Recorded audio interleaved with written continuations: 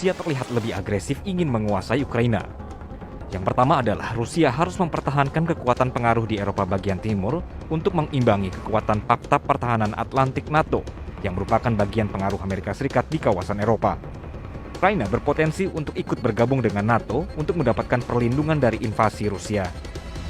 Strategi Rusia untuk membuat kerusuhan sipil dalam negeri dan juga serangan secara serentak bisa sangat efektif untuk menggagalkan upaya Ukraina dan NATO. Kemudian dalam krisis saat ini, ibu kota Rusia bisa disebut sangat rapuh karena jarak Moskow ke perbatasan di sebelah barat hanya berjarak sekitar 500 km. Rusia tentu tidak mau Amerika dan Barat terus-menerus semakin menguasai Eropa dan membangun sistem senjata di dekat ibu kota mereka. Ketika Rusia masih berbentuk Uni Soviet, luas wilayah negara ini begitu besar dan ibu kota terlindungi. Namun kini Moskow menjadi sangat rentan untuk diserang. Kemudian, jika Rusia berhasil menguasai Ukraina, maka Rusia bisa menguasai wilayah Laut Hitam. Laut Hitam merupakan satu-satunya jalur perairan yang menghubungkan ke jalur pelayaran di perairan hangat dan bebas beku saat musim dingin. Bahkan pelabuhan yang berada di Sevastopol merupakan satu-satunya pelabuhan milik Rusia yang bisa melayani jalur air hangat. Sevastopol terletak di Crimea, wilayah Ukraina yang sebelumnya dianeksasi Rusia pada 2014. Pemirsa, dalam perkembangan konflik Ukraina dengan Rusia, Presiden Amerika Serikat akhirnya menjatuhkan sanksi terhadap Rusia. Langkah ini dilakukan karena Rusia secara sepihak mengakui kemerdekaan wilayah di Ukraina yang dikuasai oleh separatis. Amerika Serikat sejak awal sudah memperingatkan Rusia bahwa akan ada sanksi ekonomi jika Rusia menyerang Ukraina.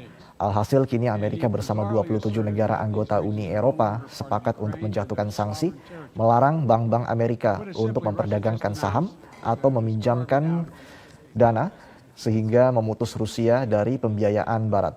Rusia berarti tidak bisa lagi mengumpulkan uang dari Barat dan tidak bisa memperdagangkan utang barunya di pasar Amerika atau Eropa. Sanksi tambahan lainnya, 3 individu diberikan hukuman, termasuk 2 putra pejabat tinggi pemerintah. Aset mereka dibekukan. Sementara itu Jerman resmi menghentikan proyek gas Nord Stream 2 yang dibiayai mayoritas BUMN Rusia Gazprom untuk pasar Rusia. Dari segi keamanan, Amerika Serikat dan Sekutu mengerahkan pasukan tambahan di wilayah negara anggota NATO yang berbatasan langsung dengan Rusia.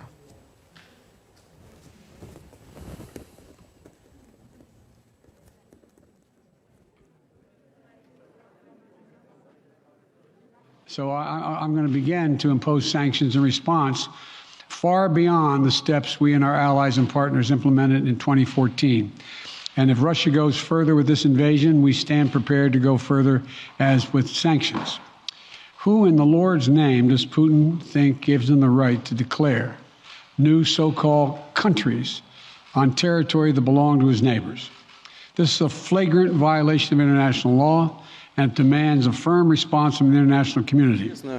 Нам были даны обещания не продвигать инфраструктуру блока НАТО на восток ни на 1 дюйм. Всем это хорошо известно. Сегодня мы видим, где находится НАТО. Польша, Румыния, страны Прибалтики. Сказали одно, сделали другое. Как у нас говорят в народе, кинули. Ну, просто обманули. Ладно. США вышли из договора по противоракетной обороне. Мы долго уговаривали это не делать. Это один из основополагающих, фундаментальных договоров обеспечения безопасности империи. Тем не менее, Соединенные Штаты сделали то, что сделали, вышли. И теперь пусковые установки ПРО находятся в Румынии и в Польше, создаются, скоро будут.